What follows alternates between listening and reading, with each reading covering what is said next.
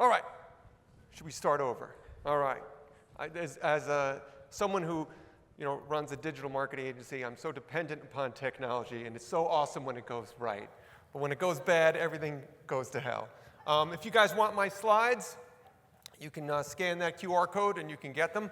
You can also go to overdogdigital.com/IBPSA 2024. And you're welcome to reach out to me at any point after this if you don't get those. But you can have the slides if you want them. All right. So I thought I would start today in an unlikely place, a little story. From 1999, I found myself on my 30th birthday in 150 feet of water surrounded by sharks. It was a surreal experience, and I didn't even realize that my life was in danger at that moment, even though you think I would, being surrounded by sharks. So where I was, who knows where this place is? Do you recognize that? In the back. The blue hole. Ooh, you get a bonus. If you want to, I can't reach out to you, but this is yours later if you want to come back up for that. The blue hole, that is in Belize.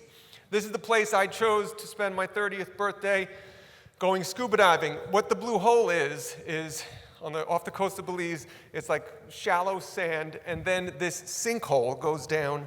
It's about 1,000 feet in diameter. It goes, I think, about 426 feet down. So we went there to go scuba diving. When you go into the blue hole, it's not a lot there. There's all like stalactites and stalagmites on the side. There's really not a lot of life. There's no reef or anything. It's just basically a hole. When you get down to about 130, 140 feet is where the sharks hang out.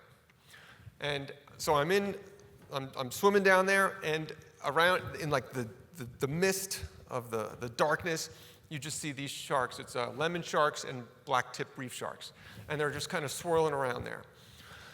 Now, the sharks, I was pretty calm because the sharks, they don't care about me. They're just looking at me with casual disinterest, but they were like close as we were. I could see their eyes and everything. I'm just watching them. The sharks weren't the problem. The problem is I was so kind of focused on what was going on around me that I was slowly sinking down and down. Now, 150 feet is a lot, way beyond the recreational diving limit. That's a decompression dive, which means you got to go up slowly. You got to sit at like 15 feet for like 20, 30 minutes so you don't get nitrogen bubbles. So we don't want to go deeper, all right? But I didn't realize it because I was so kind of focused on what was around me. I was sinking down slowly, all right? And who knows how far I would have went. However, my dive buddy, Mike, grabbed my tank and kind of pulled me up, and I kind of got shaken out of it and pulled me up, and we slowly, went up to safety. So here's a picture of us after the shark dive. My buddy Mike is on the left there. He's the guy who kind of pulled me up. So what I realized, and it's the sharks weren't the problem. It's that I was so focused on what was in front of me that I didn't realize I was drifting. And I think that's what happens to a lot of us in our lives. We go through the day-to-day stuff. You guys are in your business. You're doing your thing. You're, taking care of business. You got a checklist of things to do every day, and you don't realize that your business might be drifting somewhere that you might not want to go. So we need to continually take stock, and sometimes you need somebody who's above you or away from you, or you need to step away to actually notice that you're drifting. Because what happens is this is where you get, I'm sure we've all experienced this, where you get there and you're like, what happened here? I can't believe I've been doing this for this long. The same thing, this is not exactly where I want to be. And that's the drift. So that's what we need to be aware of. We got to be aware of the drift. Now, you want to go somewhere. You want to take your business somewhere. A lot of times, we all have these dreams and goals, but we're not really sure on how to get there. All right, so that's what I want to do today. I want to make sure you guys have a plan on how to reach all of your goals. Cool? You like that? All right, so that's what we're going to do.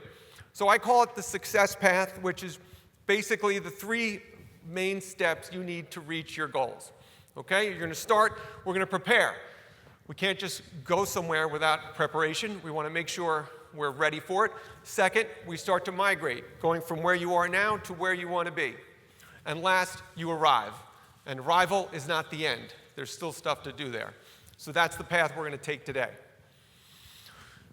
I don't know how many of you guys are familiar with me, but my name is Fernando Camacho. In the 6th grade, everyone got lazy, shortened it to Fern. I go with it, a grown man named after a plant. Call me Fern, we're all friends.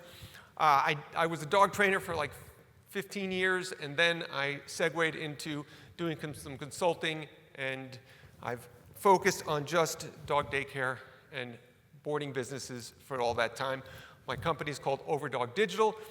I've written a bunch of books on Amazon that might interest you, and I have the Overdog podcast, which if you're not, who listens to the podcast? Woo! All right. It's free. I held nothing back. A lot of good stuff there. Basically, I'm a dog guy and a business guy. I care very passionately about entrepreneurs, specifically pet entrepreneurs, because I think there's nothing better than building a business around something you are passionate about and being of service to others. So my quest is to help you achieve all of those goals, and I think we're going to do some of that today. All right, so first we have preparation. All right, we want to go somewhere. You know, we're here, wherever your business is now, we need to take it to a new place. To do that, we have to prepare. There's 3 main steps in that. First is being aware of where you are and where you want to be. And then we initiate the move, okay? And that starts in the mind, okay? Sometimes we have to change our mindset to something different because we're trying to go somewhere different. All right, and we're going to do a little investigation, okay? You don't just want to go blindly. We want to make sure we're looking at all angles of the situation so you're adequately prepared. All right, so is your outcome based on luck? Who here believes in luck? Raise your hand if you believe in luck. All right, yeah, okay, good. All right. I also believe in luck. However, I think there's 2 kinds of luck. There's accidental luck, and then there's engineered luck. I believe that luck is 10% accidental and 90% engineered. Okay? So let's do an example here. There you go.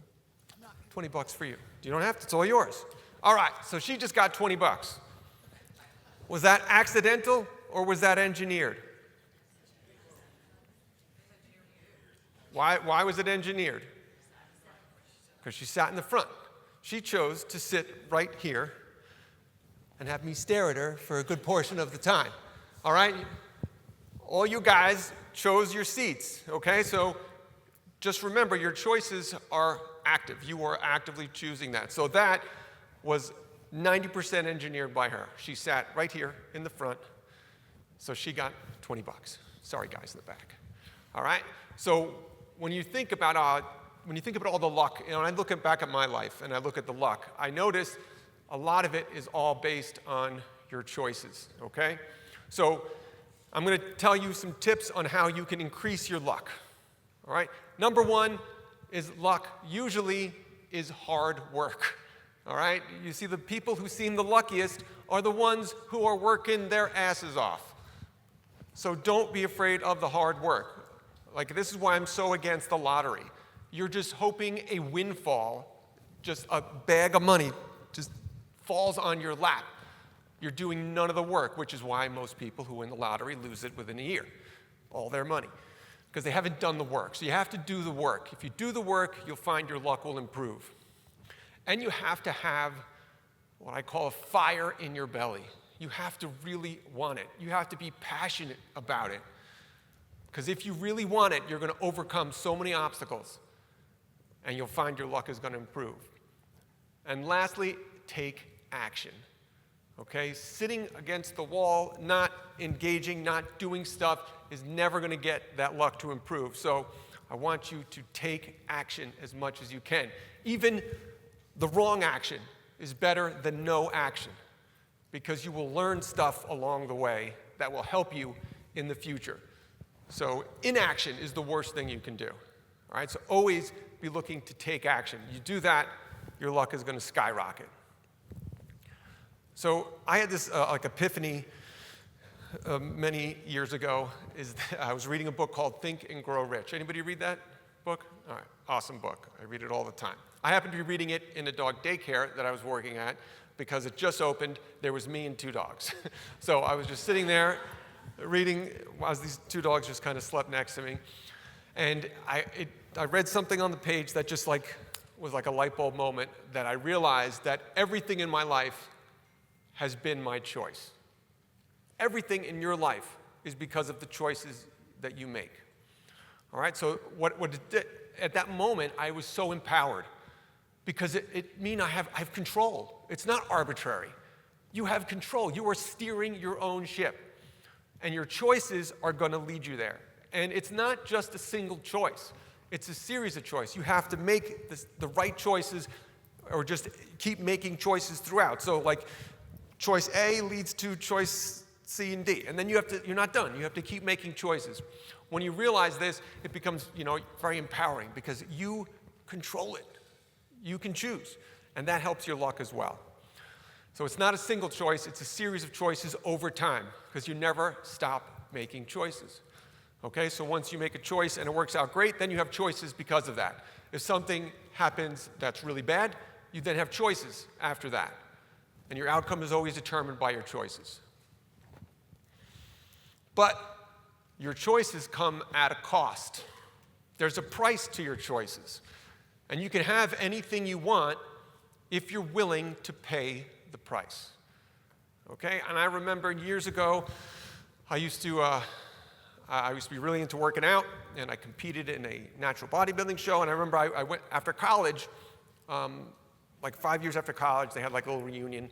And I remember meeting one of my friends who I haven't seen in 5 years. And he goes, "Oh man, you're in such good shape. Oh man, you're so lucky. I wish I could be in good shape." And I was just like, luck? What? Like, I had to go to the gym when I was exhausted. I remember, in Jersey, everyone gets a shore house. That's what you do. It's mandatory if you're, in your early 20s.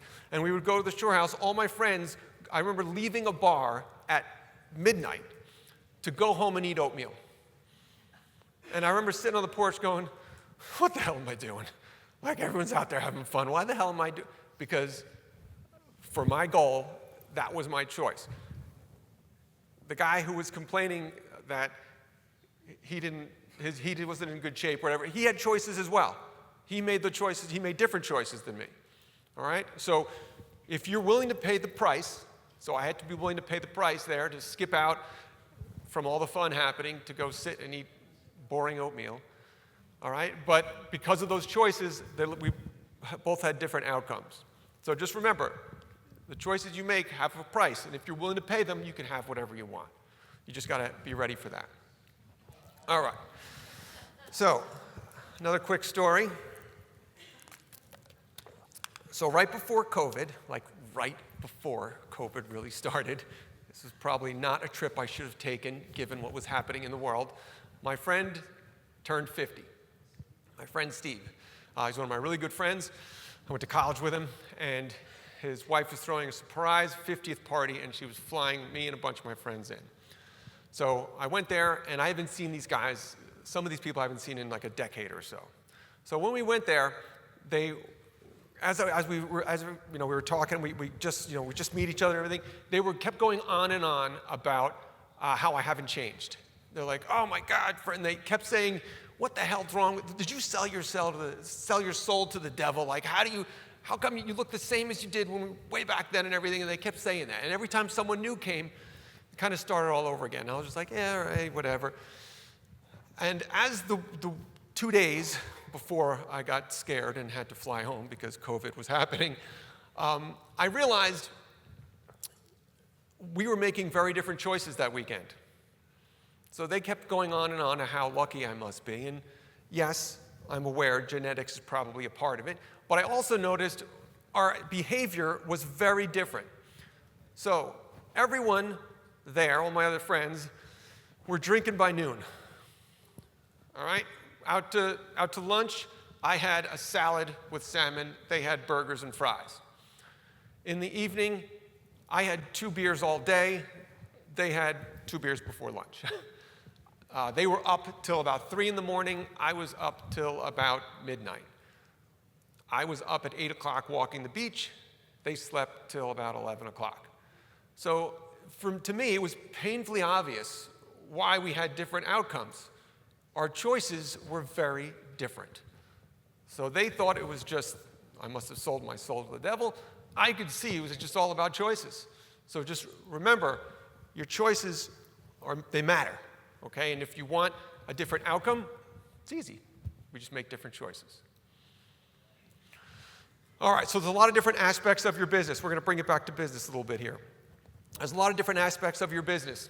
What do you think is the most important part of your business? You know, if you had to compartmentalize all the sections of your business, what would be like the single, if I had to say you had to pick one thing, what's the most important part of your business?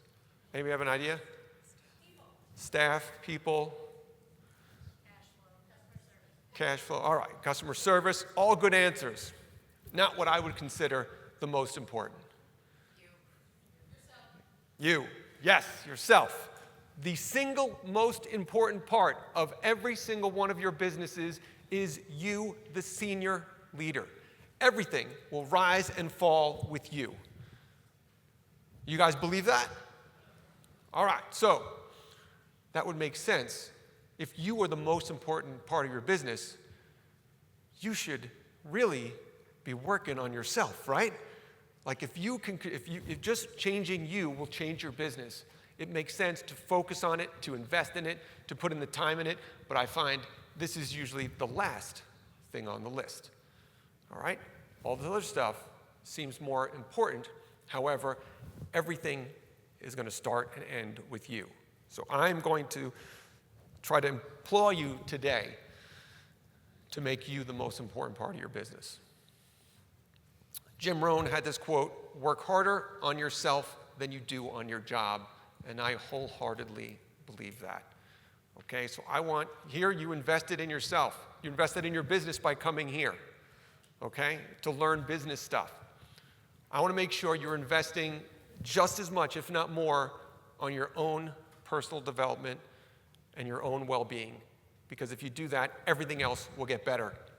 Your business will improve because of it. And your business will suffer if you don't focus on yourself.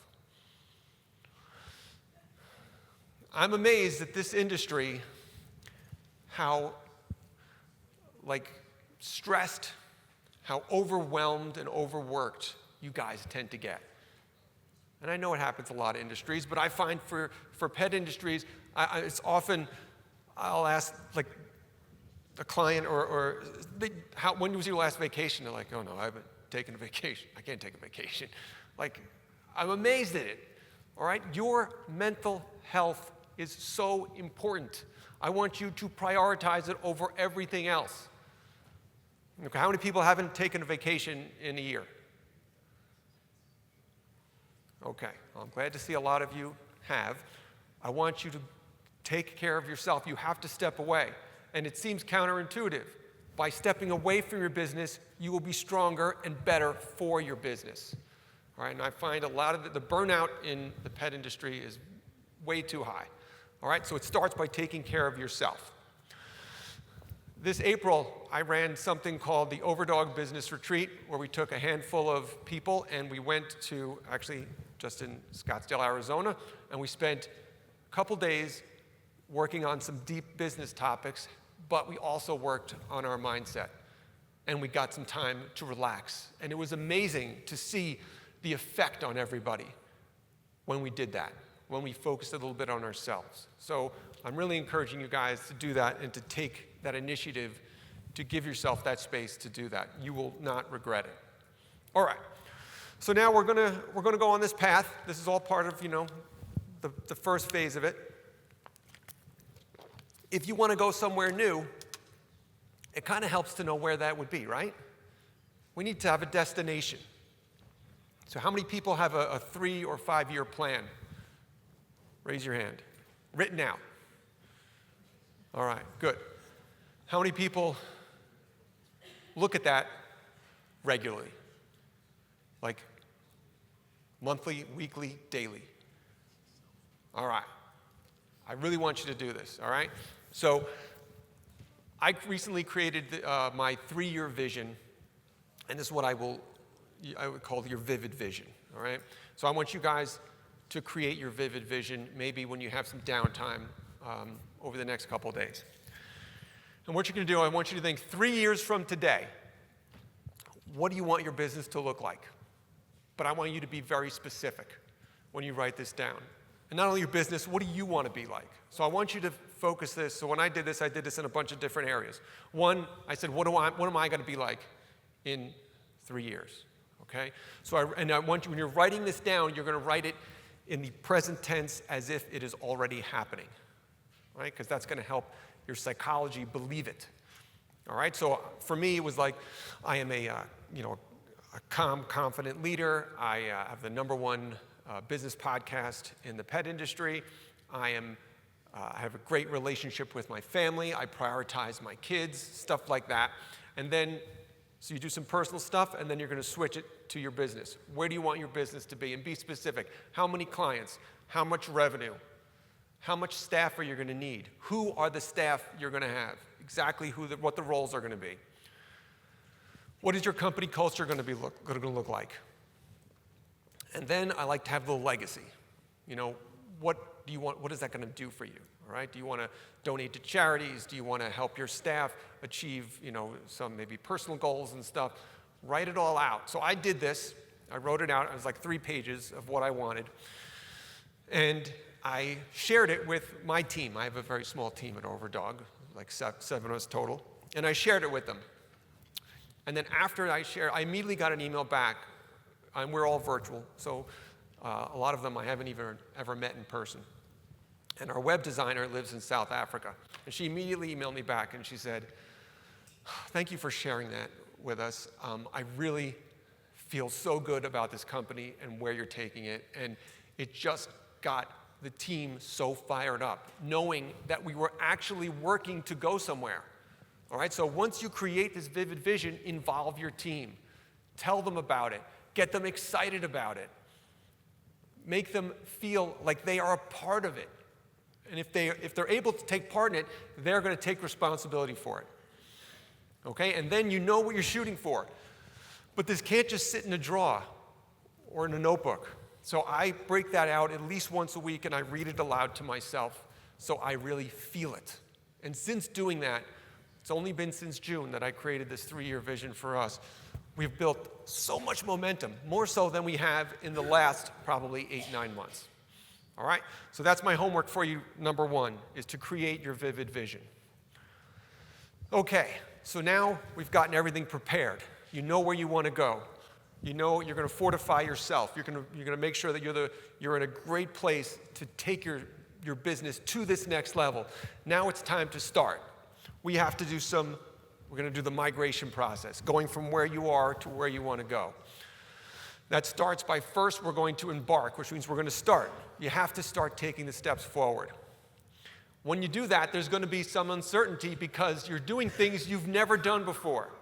Okay? Maybe your goals, and they should be pretty big, you're going to be uncertain about that. And that's going to come with some missteps, some challenges. So during the way, you're going to question yourself. So that's where you have to recommit. Yes, this is where we're going to go. And you double down and we're going to do it. All that has to happen. You've got to come out of your comfort zone. All right? We all have this little bubble of comfort that is what we're used to. Okay? And it feels good to stay there. To go out of that comfort zone makes us a little nervous. But we have to go there because if you don't leave your comfort zone, you're never going to go to this next place you want to go. Everything great in your life, I promise you, happens outside your comfort zone. That's where all the magic happens. So I always say, if you're not a little nervous, you're not in the right place. You're not pushing yourself enough. You should feel a little nervous, a little uncertain. That's good. That means you're pushing yourself. If you don't, if you feel very calm and confident about it, it means you're not reaching far enough. Okay? So I want you to step out of your comfort zone. Every single great thing is going to happen to you outside of your comfort zone. Okay? All the good stuff is going to be out there. So along the way, the worst naysayer is going to be yourself. Who here knows who these guys are? Huh? Wow, okay. I haven't dated myself too much. The Muppet Show, maybe the best show ever. Do you know their names, these two guys' names? Who knows their names? Anybody? We got one. Waldorf is one of them. Bonus, both you guys, awesome. Yes, Statler and Waldorf. These were the two guys that hung out in the balcony and yelled insults at Kermit and anything else they did. Nothing was, good for them. They hated it all. They just criticized. And I think this is like what I wish we all have a little Statler and Waldorf in our heads. All right, so tell me if this sounds familiar. That was wonderful. Bravo! I loved that. Oh, it was great. Well, it was pretty good. Well, it wasn't bad. Well, there were parts of it that weren't very good, It though. could have been a lot better. I didn't really like it. It was pretty terrible. It was bad. It was awful. It was terrible. Get him away! Hey, boo! Boo! I feel like that's how we talk to ourselves. All right, does that sound familiar? And I find a lot of us are letting our own Statlers and Waldorfs change our actions. They're controlling what we do. All right, but we have to change that. We are our own worst critic, okay? And just when you're feeling that way, I want you to picture these stupid little Muppets in your head. They're not real. They're just puppets, all right? And we have to change that. We have to reprogram them, okay, to something more positive. And you can do that, because I was able to do that. It was not easy, but I was able to do it. Let's play a game real quick here for me. Just humor me here. I want you all to close your eyes. All right, just close your eyes for a minute. All right? I'm going to count to 3. And when you open your eyes, I want you to count all. I want you to see, I'm going to count, you're going to have 5 seconds, and I want you to look around the room and count as many blue items as you can see. And I want to see who can count the most. All right, open your eyes. 1, 2, 3, 4, 5. Close your eyes. Okay. Everyone have a number of how many? Okay. How many yellow items did you see? All right. You don't know because you were focusing on blue. I told you to focus on blue, so that's all you looked for, and you ignored all the yellow things that were right there as well. All right? And this is what we do. Whatever we focus on, we tend to see. So if you focus on the negative, if you focus on worry, guess what your mind goes out and finds? All of that stuff. However, if you reprogram Statler and Waldorf to focus on positive things, guess what? There's just as many things out there. And I find a lot of people are missing opportunities right in front of them because they can't see them because they're focused on the negative things. A lot of times there's a door right there in front of you that you could walk in and find amazing things, but you're so focused on the other things, the negative side of things, you don't even notice it's right there. Okay? So we need to reprogram what's in your head. There's an old, old Native American story about this grandfather and a grandchild. And the grandfather says to the grandchild, there's a war going inside my head and in everyone else's head. And it's a war between 2 wolves. The first wolf is a negative wolf. It's a wolf that is about anger, sorrow, guilt, envy, arrogance, regret, resentment, inferiority, self-pity, greed, and ego. But then there's another wolf that it's fighting with. This wolf is the polar opposite. It's hope, joy, truth, humility, compassion, love, peace, generosity, empathy, kindness, and faith. And the little boy's like, well, which wolf is going to win? You guys know the answer? Whichever wolf you feed is going to win. And that's what's happening in your head. If you want to feed Statler and Waldorf, they'll be happy to continue screaming insults at you and showing you the negative side of things. Now, I was a very negative, if you guys met me when I was in my early 20s, you would not want to hang out with me. I was not a lot of fun. I always say my wife would not even give me a second glance because I was so unbelievably negative. All I saw was negativity And it's many reasons I'm not going to go into now why I was that way. But it shaped everything that happened to me. And then once I realized all this stuff we just talked about, that this is all choices, that this is in my head, I switched it. And it wasn't that easy. It took me, I'm still working on it. A couple decades of personal development, working on myself. I've totally shifted it, so now it's the exact opposite. All I see is the positivity and stuff. And it's always because I'm constantly reinforce that in myself. And that's what I want you to do. If we're trying to go to this great place, we're trying to take your business to this new place, it needs you to be that positive, strong leader. So it's up to you to feed your own head, to get rid of Statler and Waldorf, and put a new narrative there that's going to take you to better places. Your thoughts will become your words. Your words will shape your outcomes, and your actions then determine your outcomes. But it all starts with your thoughts. So if you can't change your thoughts, the domino effect down to your actions will not change. So you need to start there.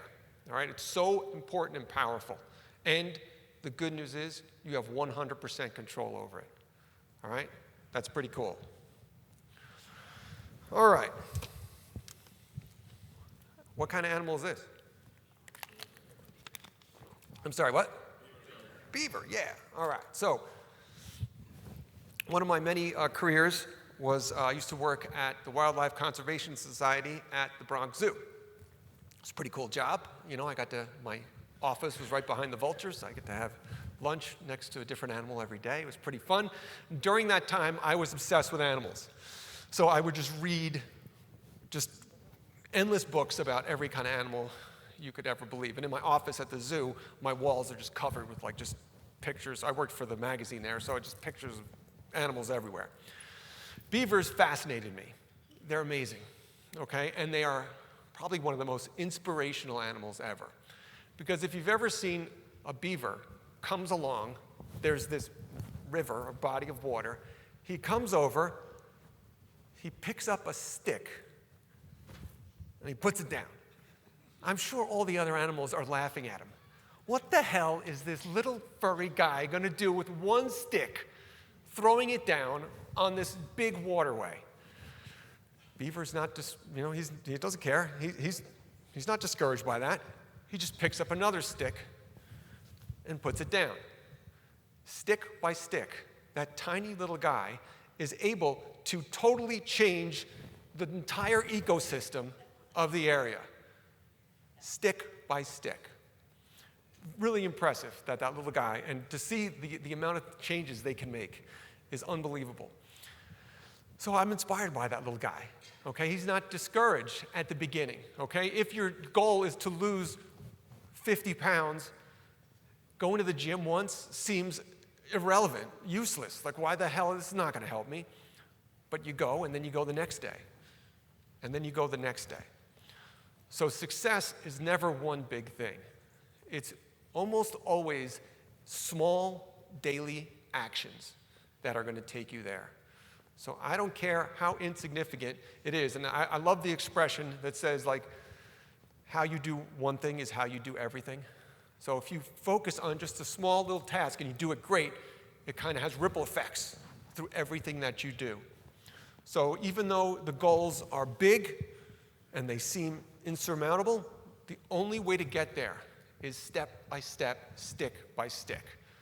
All right? And you have to always keep that in mind, because when you put that first stick down, it's easy to get discouraged. What am I doing? How am I going to do this? But you keep doing it day by day. Do the work, stick by stick, and you're going to see that amazing things can happen. But not everything's going to go your way. Sometimes, like me, you're going to find yourself at the bottom of your stairs. So when my kids I have twins, if you can't tell by the bags under my eyes. They're 16 now, but when they were little, maybe 1 or 2 years, I think they were 2 years old or whatever, I remember my wife saying, we need milk. Go, can you go get some milk, for the family?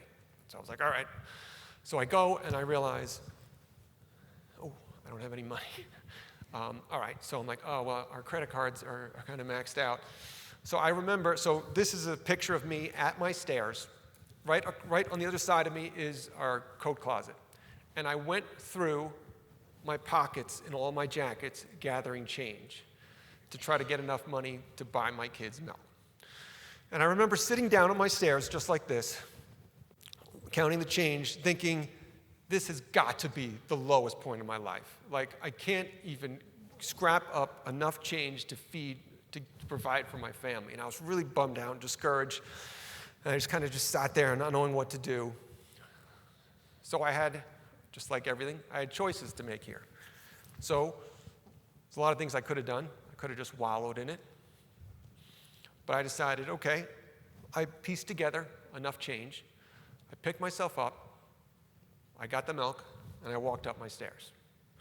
So we're all going to find ourselves at the bottom of our stairs, where it looks bleak, where things aren't going our way. The only way to dig ourselves out is to turn around and take one stair at a time, and you just do the work. You just keep going. All right? So whenever you're feeling that moment, we all will have that moment, your bottom of your stairs moment. That's when it's time to look deep inside and say, wait, this is not where I want to go. There's only one person that's going to take me where I want to go, and that's me. And you put down your stick, you climb your stair one stair at a time, and you will get there. All right? But we're all going to do that. We cannot let that stop us. Who here knows who that is? Raise your hand if you know who that is. Who is it? Oswald. Nice, Oswald. Come on, Oswald. Love that. Oswald the Lucky Rabbit. How many people have not heard of Oswald the Lucky Rabbit? Never heard of him. All right. Not a lot of people did. I'm really impressed. Go Oswald. Okay, so Oswald was drawn by Mr. Walt Disney. It was his first big success. Now, I love Walt Disney. He's my entrepreneurial hero. I feel very connected to him, maybe because we share the same birthday, but I've studied him intently, and he struggled more than anybody else. He was at the bottom of his stairs many times, okay? But he finally struck it big with Oswald the Lucky Rabbit. It was the most successful cartoon he had. He was all excited because he was in LA, and he was going to New York with the company that was distributing it to renegotiate their contract. He was going to get more money. He was going to expand it. He was all excited. And his Walt's brother, Roy, they were partners in the business. Walt was the creative. Roy was the financial guy, the numbers guy. So Roy stayed. Walt went across to New York City. He got there. What happened was, not only was Oswald not going to expand, and he was not going to make more money, but because he didn't really read the contract when he originally signed it, he actually owned no rights to it, and that person had secretly stolen a lot of his artists. So he found out he now had no money. The one successful one was no longer his, and obviously that's pretty devastating. So what did Walt do when he was at the bottom of his stairs? Before getting on a train to go back to face his brother, he wrote him a telegram, and it said, leaving tonight, stopping over at Kansas City, arrive home Sunday morning, 7:30. Don't worry, everything okay. We'll give you details when I arrive. Walt. He didn't worry. He's like, I'll figure it out. And on that train ride, he doodled something. This is the doodle he made. You recognize that guy? Yeah. He doodled what would soon become Mickey Mouse, which then changed his entire life, and I think changed all our lives. And it's just such a story of how I think how to react to failure. This was the biggest failure he had, and Walt had a number of failures. How did he react when he was at the bottom of his stairs? It didn't faze him. I'm sure it fazed him, but he didn't even waste a second. He just said, what action do I have to take next? So Walt Disney actually went bankrupt a number of times, and he was actually told he lacked imagination and had no good ideas. I don't know who said that, but $98 billion later, I think he proved that wrong. Another successful failure is Babe Ruth. You've all heard of Babe Ruth? He's known as the home run guy. But he struck out way more than he hit home runs. But he's known as the home run guy. And even though he struck out way more than he hit home runs, it never stopped him from swinging for the fences. Okay? He failed millions of times, swinging away, but he still kept swinging. And you might have heard of this guy, James Dyson. He failed 5,126 times over 15 years as an inventor, now worth $4.5 billion. So these are all famous failures.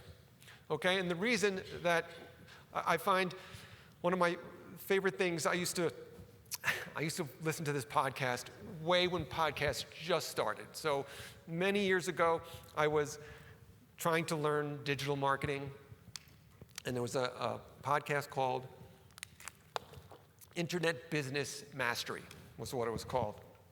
And one of the guys, they were talking on one episode, and I listened to every episode. They had hundreds of episodes. But for some reason, this is the only one I remember, like word for word, what they said. I don't know why, it just resonated with me. There's two guys, they're talking about why they're successful and what they think is the secret to their success. And the one guy, Jeremy Franson, said, I think it's because I have a stubborn refusal to quit. That's why. And I think when you look at people and businesses that are successful, it's the ones that don't quit are the ones that are moving forward. So I want you guys to have that stubborn refusal to quit. Okay? All successes come with failure. Okay? And that's why I want you to rethink of what failure is. Failure is actually a part of success. It is not the opposite of success. The more you fail, the more you figure things out. Okay, I remember, my kids were playing soccer when they were little, and I remember they were on this team that was like, they were undefeated. And I just couldn't wait for them to lose. Like, I wanted them to lose so badly because they're learning nothing by winning every game. But they would learn so much from losing. So I was the only parent cheering when they lost, finally. Seemed a little weird. Everyone kind of looked at me strangely. But I just wanted them to experience that because I know that that's where they're going to grow the most. So when something doesn't go your way and you fail in whatever, okay, yes, you're going to be bummed out. But don't stay there. And every failure is equal and sometimes greater opportunity. And if I look back to all the things that went really well, all the successes I've had, they've almost always come right after a big failure. So I want you to rethink failure. Failure is actually not a bad thing. It's part of the process. And I do a lot of reading of, like I said, businesses and people and stuff. They all fail so much. You may not. In a social media world, we only see the successes. We don't see the failures. No one's posting about, oh, I totally screwed that up. You don't see all that stuff, so we think it doesn't happen. We think it's only us that's struggling, but that's not the truth. All people who are successful have failed a number of times. So I want you guys to go out and fail, all right? It's okay. It's going to make you stronger. To help you on your way to get to this new location, this new thing you want, odds are you're doing something you've never done before. You want to achieve results you've never had. So you have to find your Yoda. I'm a little bit of a sci-fi nerd, okay? On the plane over, I rewatched Star Wars for like the billionth time. So Yoda's my guy, all right? And I think everyone needs to find their own Yoda. And what is Yoda? It's just a coach, someone who knows what you don't yet know. Because you can't get to this new place if you don't know how to get there, all right? If you take two people, okay, one person who's not that bright, one person who's crazy smart, and you say, drop them into a foreign country and say, I want you to get to this landmark. You give the quote-unquote dopey person a map. The smart person has nothing. Who do you think is going to reach it first? The guy with the map, regardless of how smart they are. If you want to go somewhere, if you're trying to build something, it makes sense to find the guy with the map, because that will greatly shorten your learning curve and help you overcome obstacles and mistakes that you would normally make and help you achieve that. So I am never, ever, ever without a coach, ever. It's always been an awesome thing. Look at elite athletes, Olympians, champions. Do every single one of them have a coach? Even when they're at the top of their game? Hell yeah, because they're not done. They want to stay at the top and keep going more. And they know the way to do that is with a coach. So I want you to find your Yoda.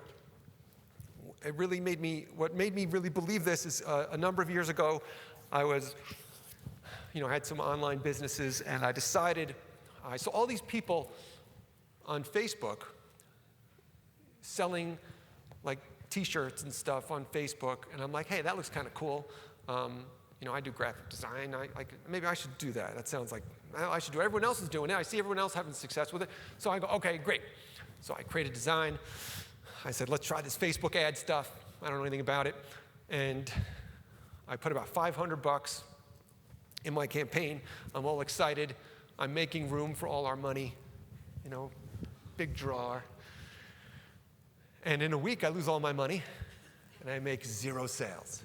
And I was like, oh, Facebook ads doesn't work. I tried it, doesn't work. Okay, forget it. And for a week, I lost sleep. I'm like, wait a second. Other people are doing this. I'm like, I'm not a dumb guy. Like, why can't I figure this out? And then I realized, maybe it's because I have no idea what the hell I'm doing. So I did some research online, and I found someone who was doing it really well.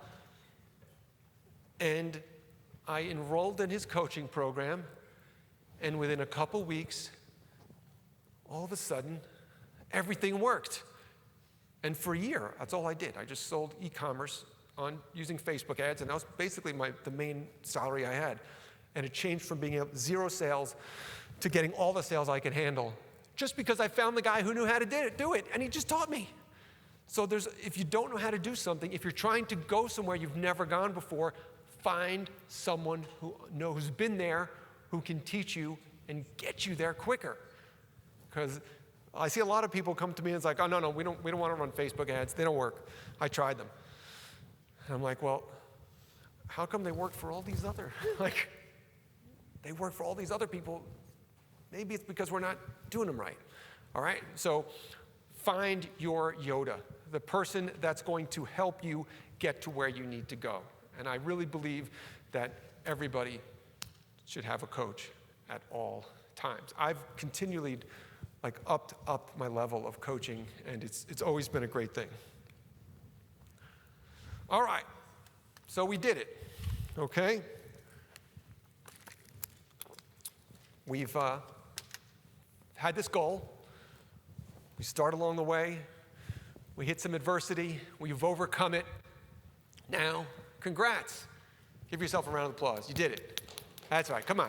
Yeah, you're good. You guys are awesome, right? All right, but there's still work to be done, okay? Now we've arrived at it. Now you've reinvented yourself, okay? The business that you were, you no longer are. You're now something new, something different. And we want to make sure you keep it and continue your climb. So there's some work to be done at this level. Before we do anything, take some time to celebrate, okay? And when I see, when working with clients at Overdog, I'm always trying to celebrate the little wins, okay? The little wins along the way. Because it can seem, as you have this big goal and it's way in the distance, and you're working maybe on that 3-year vision, and you're on day 3, it's hard to stay it seems like, wow, it's so far away, I don't know if I can, But if you celebrate the little wins as you go along, okay, then it becomes a much more happier process. When you get there, and I know, okay, we're all entrepreneurs, all right? So we're pretty driven, all right? I have this problem all the time where I'm always saying, okay, great, I did this, no. Then we're going to the next one. Wait, next goal, no. Take time.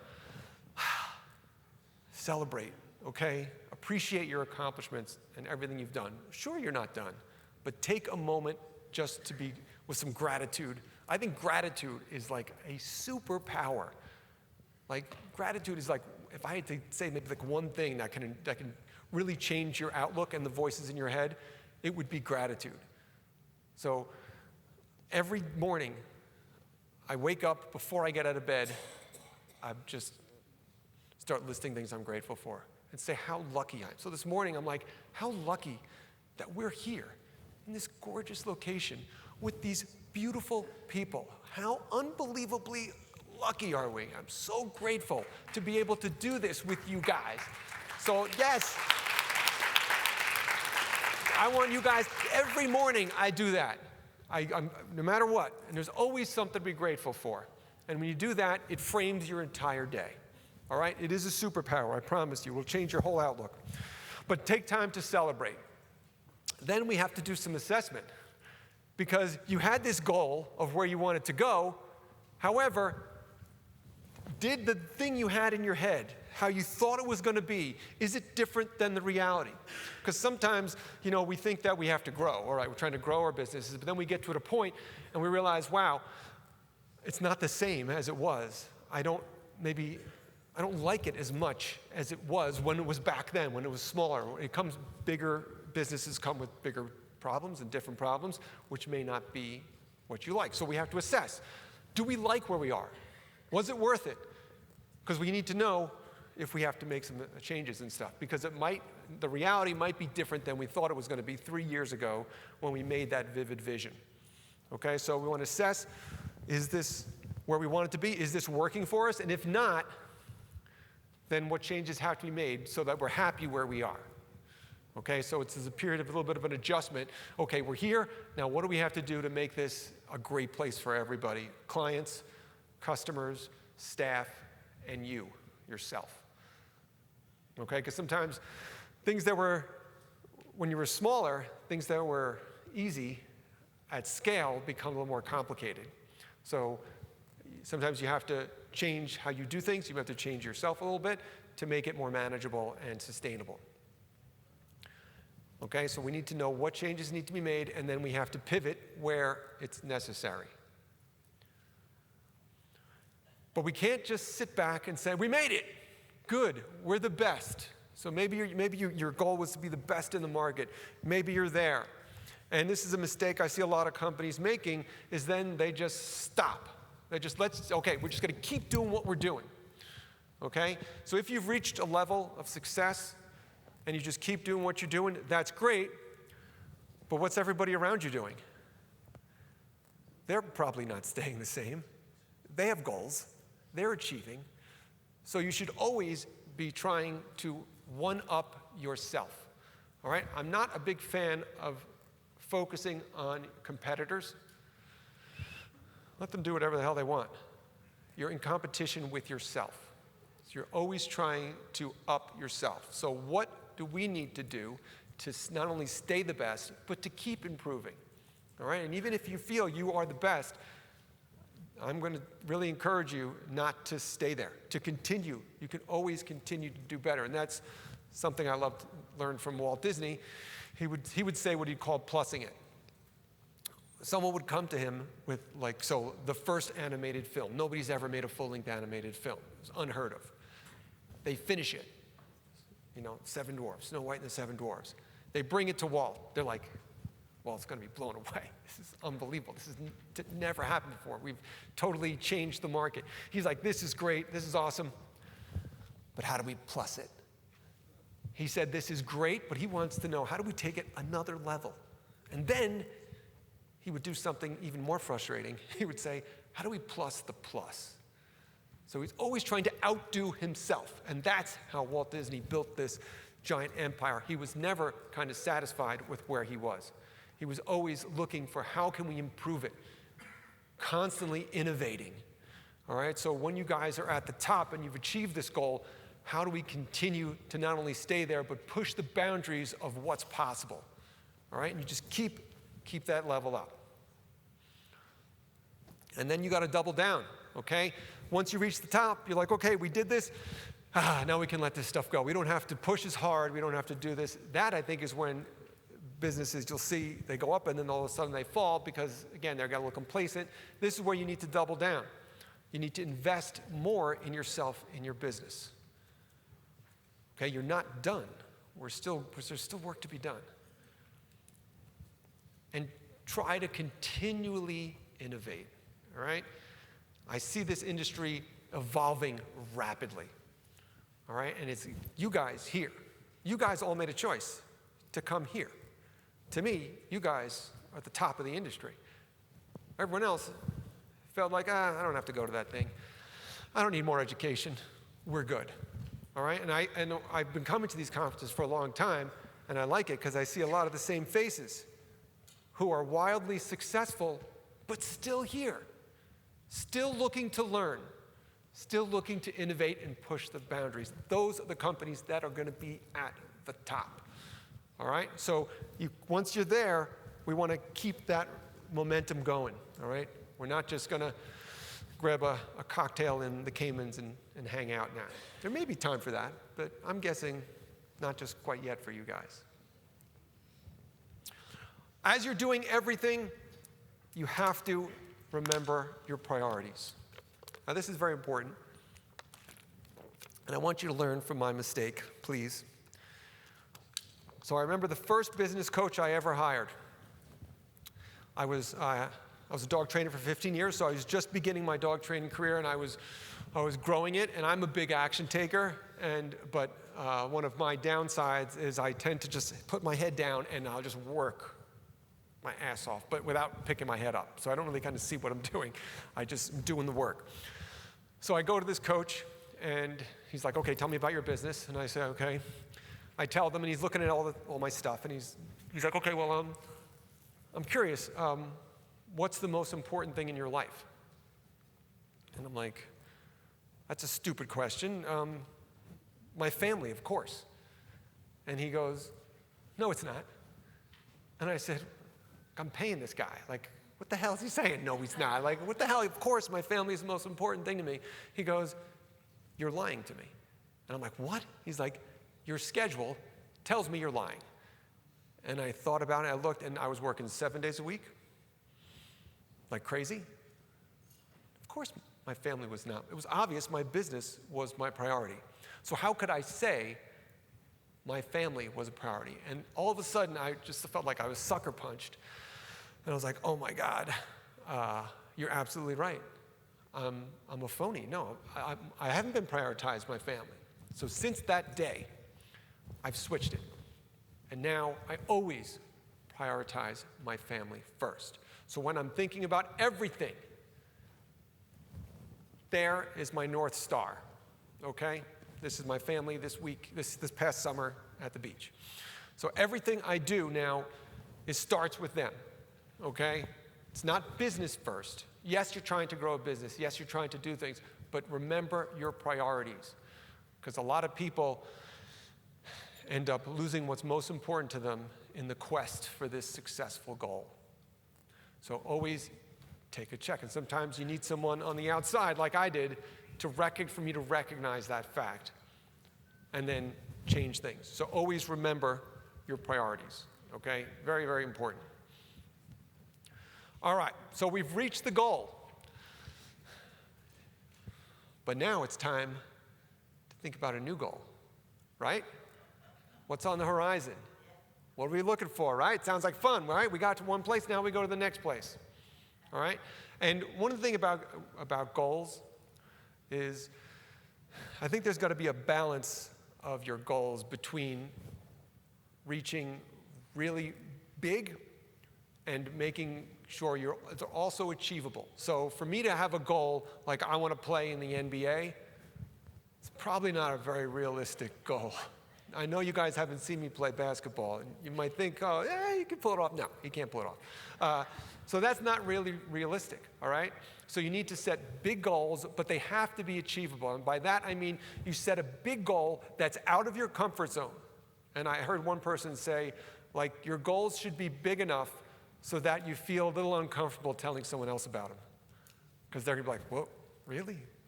That's kind of goals you should have. But you should be able to reverse engineer how that could happen. All right, so when I was setting my vivid vision for 3 years, I set a big goal. However, I can also reverse engineer, okay, if that's what I want, I need to do this, this has to happen, this, we need to be this at this point, and I could see if all these things happen, I could absolutely reach that goal. So it's achievable even though it's push. So I want you to set big goals out of your comfort zone, but you can see exactly how you will be able to feasibly get there. All right? Because if you do that, you're going to have something to shoot for, and you know how to get there. You know, I remember many, many years ago, I'm like, my goal was I'm going to make $1 million. Why $1 million? Why not? Sounds like a pretty cool number.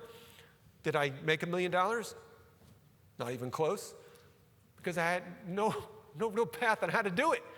I had no stepping stones. I didn't know what my sticks were that are going to get me there. So set the big goal, and then you work your way backwards to saying, okay, if I want to get there in 3 years, where do I need to be in 2 years? Where do I have to be in a year? What has to happen this month? The thing is, just like that vivid vision, I want you to look at and read every week, every month, every day. You should constantly be reassessing your goals.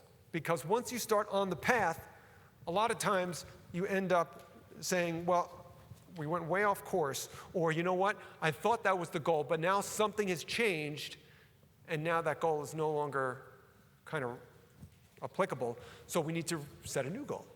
So you need to assess. So I believe definitely monthly, quarterly, yearly, you should be looking at that stuff to see, okay, am I still on track? Am I headed where I need to go? What adjustments have to be made? You can't just set this thing 3 years in the distance and then forget about it. So constant check-ins, I think, will help. I love this quote, because we talked about doing the work. You want to get lucky, you have to do the work. If you want what only 5% of the population has, you must be willing to do what 95% of the people are unwilling to do. All right? How many small businesses, and I don't know the stat on this, so I'm asking you, how many small businesses succeed? 20% maybe? I think that's probably generous, right? I don't know the stat. I'll have to look that up. I should have prepared and had that stat, but I just thought this up now. You know, if you think about it, why do so many not fail? I mean, why do so many fail and just a small percentage of them succeed? It's often because the people are not willing to do all the stuff that comes along with that. So if you want to be at that top 5% of the pet industry, you're going to have to do what everyone else is unwilling to do. So I talked about some of my many careers. One of the things I used to do way back in my 20s was I was a personal trainer, and I decided I was going to compete in a natural bodybuilding show. Yeah, I know. I don't believe it either now. And so what I did was in my workout book, so I carried a book with me, a notebook, that I recorded every gram of food that I ate and every workout that I did. And every day I would look at it, check my numbers and everything. On the front of that book, I just wrote something to motivate me. And all it said was, what you won't do, I will. And that's what kind of fueled me. And I still think of that today. Okay? Because I will leave a bar at midnight when everyone's having fun and go eat oatmeal when they won't.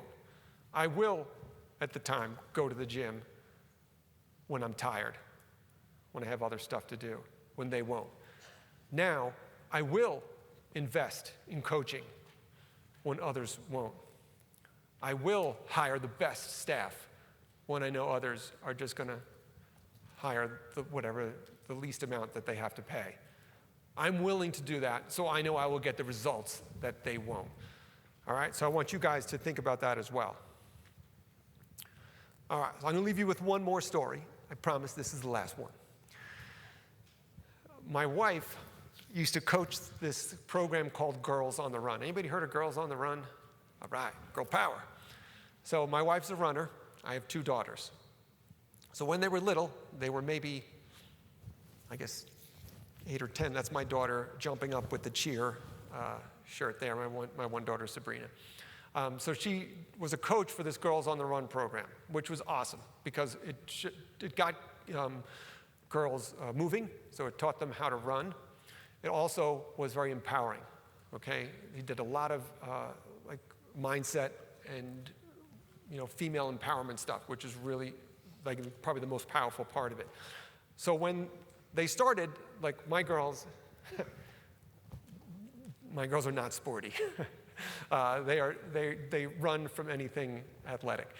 So they'd never done it before, and a lot of these girls were not maybe in really great shape, but the goal of the program was after, I forget how many weeks it was, now these are kids, remember, they're like 8 or 9, 10 years old, they would all run a 5K. So they're going from 0 to running a 5K. And when they heard that, the girls are like, they're like, I don't even know what a 5K is, but it sounds far. And they didn't think they could do it. So what they did was they started slow. And this track is by my house, is where they would practice. And as they're practicing and they're running, the girls are trying to learn how to run, and they're, running, getting tired, stopping. My wife is running next to them, and the slogan she would keep saying is, "You are stronger than you know." And she would keep saying that to them as they ran. Keep going, you're stronger than you know. Over and over and over again. And every single one of those kids finished a 5K in the time. And the look on their faces as they crossed that finish line, an accomplishment, realizing that my wife was right. They were stronger than they know. So I want to say that to you guys. You are stronger than you know. You are more capable than you can possibly conceive. And as you're going to reach this next pinnacle of what you want your business to do, I want you, when things are challenging or you're ready to step out of your comfort zone, I want you to remember that. You are stronger than you know. And you can accomplish great things if you just get out of your own way. All right? Thank you guys so much. I had an awesome time with you guys.